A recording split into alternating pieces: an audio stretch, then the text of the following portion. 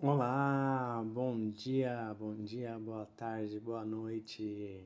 Meu nome é Denis e hoje estou aqui para mais uma aula. Sou graduando de Ciências Biológicas da Unesp de Ilha Solteira. Mas hoje o assunto não vai ser astronomia.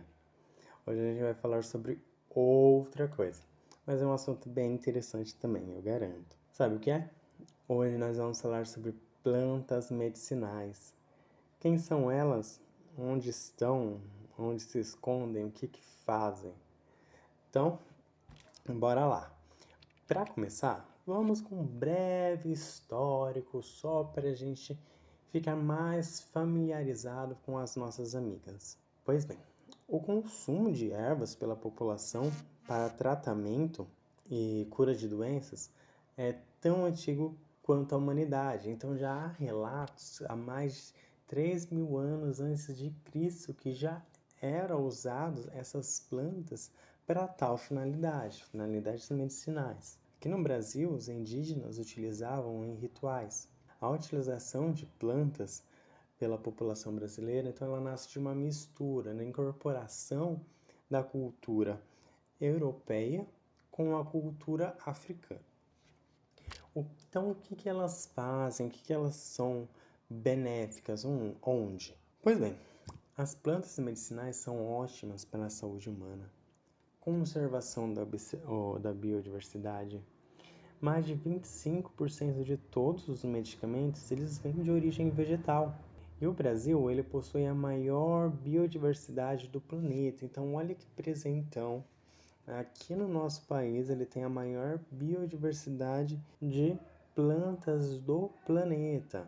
Então a gente pode fazer uso de várias plantas no nosso benefício.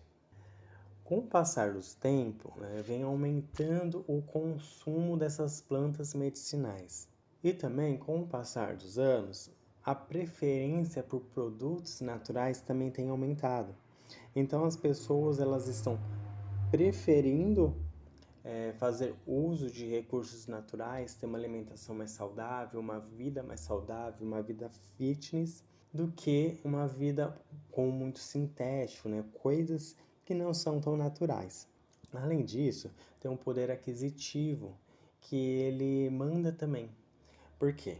O poder aquisitivo da maioria dos brasileiros não aumenta com o passar dos anos. Mas o custo de medicamentos, por exemplo, eles vem aumentando.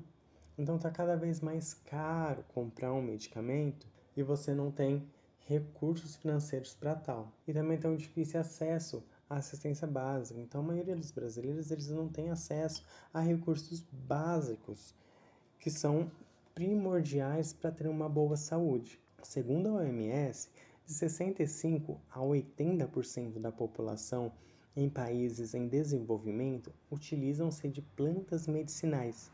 E muitas vezes esse recurso é o único para o cuidado básico à saúde. Então foi o que a gente acabou de falar. Pessoas não têm esse poder aquisitivo para ficar comprando medicamentos caros e nem básicos. Então eles vão para esse recurso alternativo, que são as plantas medicinais. Recurso alternativo e natural, e benéfico também. Aqui tem alguns exemplos de plantas, A gente já viu um histórico. E agora a gente falou de plantas medicinais para cá, plantas medicinais para lá, mas não demos nomes aos bois, não é? Então vamos lá. Aqui só alguns exemplos porque é vasta a diversidade de espécies de plantas medicinais que existem no Brasil e no mundo.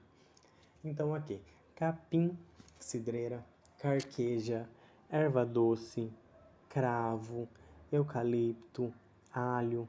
Alho é muito utilizado na culinária e muitas vezes a gente se limita a pensar que ele só tem essa finalidade. Mas o alho também tem várias propriedades medicinais que são benéficas à nossa saúde. Aloe vera, arnica e várias outras, por exemplo, hibisco, hortelã, camomila também, que é bastante conhecida, mas não está aqui. Canela, capim-limão. Pois bem, tem vários, E se tem alguma que não está aqui e que eu não tenha falado e que você conheça? Comenta aqui embaixo para que outras pessoas possam saber que tais plantas têm essa propriedade medicinal também. Agora que a gente sabe algumas delas, onde que a gente pode estar utilizando? A utilização dessas plantas medicinais podem ser para chás, óleos essenciais, garrafadas, culinária, banhos. Então, dentro dessas opções, tem várias, né, modos de você estar utilizando. Então, vários tipos de chás, vários tipos de óleos essenciais, várias combinações também que a gente pode estar fazendo. E de onde que vêm essas propriedades? De onde que vêm essas propriedades que tornam essas plantas medicinais? Estudos desenvolvidos ao longo de séculos em diferentes localidades mostraram que o metabolismo da planta gera compostos benéficos para a sua sobrevivência. E o grupo de compostos ou compostos específicos tem propriedades terapêuticas que podem ser utilizadas pelo homem. Olha que legal. Então, por exemplo, essa planta aqui, ela gera um composto responsável pela defesa da planta contra micro-organismos. Então, vale ressaltar que a planta ela está gerando esses compostos para seu próprio benefício, ou seja, para a sua sobrevivência. Aí vai a gente lá, né, e faz uso dessa planta que contém esse composto e, consequentemente, vai fazer um benefício, vai trazer um benefício, né, dependendo da finalidade do composto, para o nosso organismo. Bem bacana isso. Então, ela faz para ela sobreviver e a gente utiliza dela para sobreviver. Então, são plantas naturais, eu posso então usá-las sem risco, posso usá-las do jeito que eu quiser? Posso usar as plantas medicinais sem risco? Não, a gente não pode sair usando essas plantas como bem entender. O fato dela ser natural não significa que ela não tenha risco. Assim como existem compostos benéficos nas plantas, também existem os que podem fazer mal ou são tóxicos. Então, é muito importante a gente saber com qual planta estamos lidando, saber a receita para fazer um chá adequado. Porque se a gente for fazer um chá de qualquer jeito, pode não trazer nenhum benefício à nossa saúde ou pode trazer um malefício. Né? Se você colocar uma alta concentração, pode se tornar tóxico. Se você fizer o uso de alguma planta em uma determinada etapa da sua vida, pode ser prejudicial. Então, é sempre bom ter a receita em mão, ou seja, conhecer as propriedades e o que aquela planta vai trazer para o nosso corpo, tanto as coisas boas quanto as coisas ruins. Aqui, alguns exemplos. Boldo, ele é tóxico em altas concentrações. Chamate canela, se você estiver grávida, ele pode ser abortivo. Capim-limão, ele pode provocar azia. Carqueja, pode comprometer a imunidade. Chá de losna, pode destruir os glóbulos vermelhos e é neurotóxico. Camomila, náuseas e insônias. Então, é sempre bom saber com qual planta você está lidando. Por um outro lado, temos aquelas plantas que ela vai passando de geração para geração que ela tem um determinado benefício. A gente ouvia muito, né, dos povos mais antigos, como a nossa avó, bisavó, que sempre falava que tal planta que tinha lá no fundo do quintal tinha um certo benefício à nossa saúde. Então, por exemplo, a camomila. Camomila e passiflora é utilizada para calmante. Boldo, problemas no fígado. Então, quem nunca bebeu demais, ficou com aquela ressaca no outro dia e veio alguma outra pessoa e falar: toma um chazinho de boldo que você vai melhorar. Chá verde, isso aqui é bem popular, que ele é muito comercializado para emagrecimento. Então tem várias empresas, pessoas, revendedores que vendem esse chá verde que proporciona o emagrecimento. Guaco, problemas respiratórios. Arruda, anti-inflamatória. Agora, biodiversidade vegetal. Então, essas plantas, elas podem ser exóticas, que elas foram trazidas para o Brasil por diversos imigrantes em épocas distintas.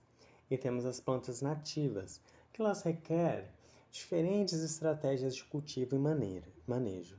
E elas trazem algum problema, né? A falta de padronização, extravismo e esgotamento das reservas naturais. Então, por que ela requer diferentes estratégias para manejo e cultivo? Porque cada planta ela tem a sua peculiaridade. Então, problemas como temperatura, luz, umidade, altitude, latitude podem variar de planta para planta. Então, temperatura. Cada planta possui uma temperatura ótima de crescimento, em torno de 25 graus Celsius para plantas tropicais. Luz, influenciando na fotossíntese, como no crescimento. Em muitas variedades, o fotoperíodo é responsável pela germinação das sementes, pelo desenvolvimento das espécies e pela formação de flores e bulbo. Então, um déficit na luz, ele vai influenciar diretamente em todas essas questões aqui citadas. Ela não vai ter um crescimento favorável, um desenvolvimento favorável. Umidade. A deficiência de água no solo, que é chamado de estresse hídrico, pode aumentar ou diminuir os princípios ativos de acordo com a cultivar estudado, ou seja, de acordo com a planta em questão. Altitude. Plantas produtoras de alcaloide, quando em baixas altitudes, apresentam um maior teor de princípios ativos. Latitude. Floração e teor de princípios ativos. Então, antes de você fazer um plantio, é essencial que você conheça a planta que você quer plantar e quais são as suas necessidades básicas e necessidades específicas para que ela tenha uma ótima, ou seja, para que ela dê o melhor de si no seu desenvolvimento. Etapas da produção, então do plantio.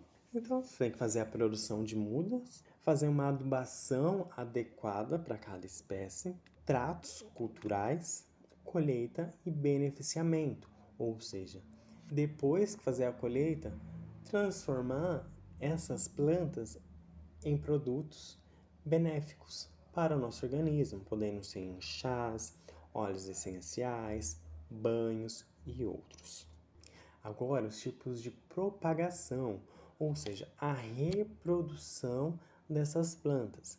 Ela pode ser assexuada ou sexuada. A assexuada é a propagação vegetativa, então ela tem a descendência genética idêntica, é um clone, podendo ser por estaquia, menestaquia, microestaquia. Já a assexuada, a gente está falando de sementes, que é a mistura dos genomas de duas espécies. A propagação vegetativa, ou seja, a assexuada, ela utiliza algumas estruturas, como os rizomas, tubérculo, raízes, bulbos, filhotes ou rebentos e outros tipos de caule, né, utilizados nas estaquias. Quais são as vantagens e as desvantagens da propagação vegetativa? Vantagens: baixo custo, genótipos selecionados, obtenção de mudas em curto período, precocidade. Já as desvantagens é a ausência de variabilidade genética, menor longevidade, raízes pouco profundas e tamanho reduzido. Agora temos a propagação sexuada, que ela é feita por sementes. Mas quais são então as desvantagens dessa técnica? Plantas diferentes da matriz, porque já vai ser uma mistura. Plantas com diferentes graus de resistências a pragas e doenças, já não vai ser uma planta selecionada, igual no outro caso. Superar a dormência das sementes e taxa de germinação. Pode germinar ou não, pode estar dormente ou não. Então tem várias desvantagens. Aí a gente tem que colocar na balança e ver qual que é o melhor. Então, muito bacana. O que a gente aprendeu aqui? Um histórico breve das plantas medicinais, Conhecemos quais são elas, pelo menos algumas, e depois vimos como que ela age, quais são essas propriedades. Então, elas sempre vão desenvolver essas propriedades para o uso próprio, para a sua própria sobrevivência. E depois a gente faz o beneficiamento dessas plantas, transformando ela em produtos que a gente pode consumir ou usar em nosso benefício. Mas sempre bom conhecer cada planta, cada tipo de planta, para que a gente não se dê mal, fazendo um determinado uso errado dessa planta medicinal. Então é sempre bom ter a receita em mãos, saber o que está fazendo, conhecer, estudar. Beleza? Gente, obrigadão e até a próxima aula.